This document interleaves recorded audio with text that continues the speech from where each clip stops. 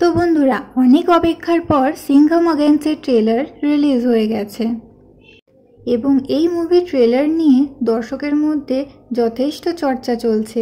সবাই মনে করছে যে এটা ট্রেলার কম, শর্ট ফিল্ম বেশি মনে হচ্ছে।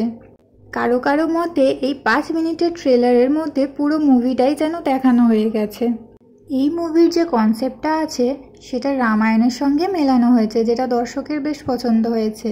এই মুভিতে আপনারা অজয় দেবগান, করিনা কাপুরকে ছাড়াও দেখতে পাবেন জ্যাকি শ্রফ, টাইগার শ্রফ এবং পুলিশ অফিসার হিসেবে দীপিকা পাদুকণকে।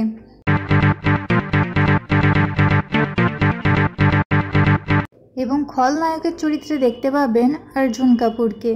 রামায়ণের যে কনসেপ্টটা এই মুভিতে তুলে ধরা হয়েছে সেখানে লক্ষণের চরিত্র হিসেবে দেখানো হয়েছে টাইগার শ্রফকে এবং হনুমানের চরিত্র হিসেবে দেখানো হয়েছে রণবীর সিংকে, আর রাবণের চরিত্র হিসেবে দেখানো হয়েছে অর্জুন কাপুরকে।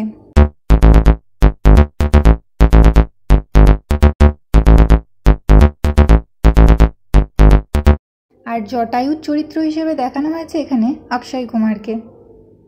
ভালো কনসেপ্ট, কমেডি, অ্যাকশন, রোম্যান্স সব কিছু নিয়ে আসতে চলেছে এই মুভিটি সিংঘম অগেন্স। তো মুভির ট্রেলারটি তো আমার খুব ভালো লেগেছে। তো তোমরা যারা যারা এখনও দেখোনি অবশ্যই এখনই ট্রেলারটা দেখে নাও, আর কেমন লাগলো আমাকে কমেন্টে অবশ্যই জানিও।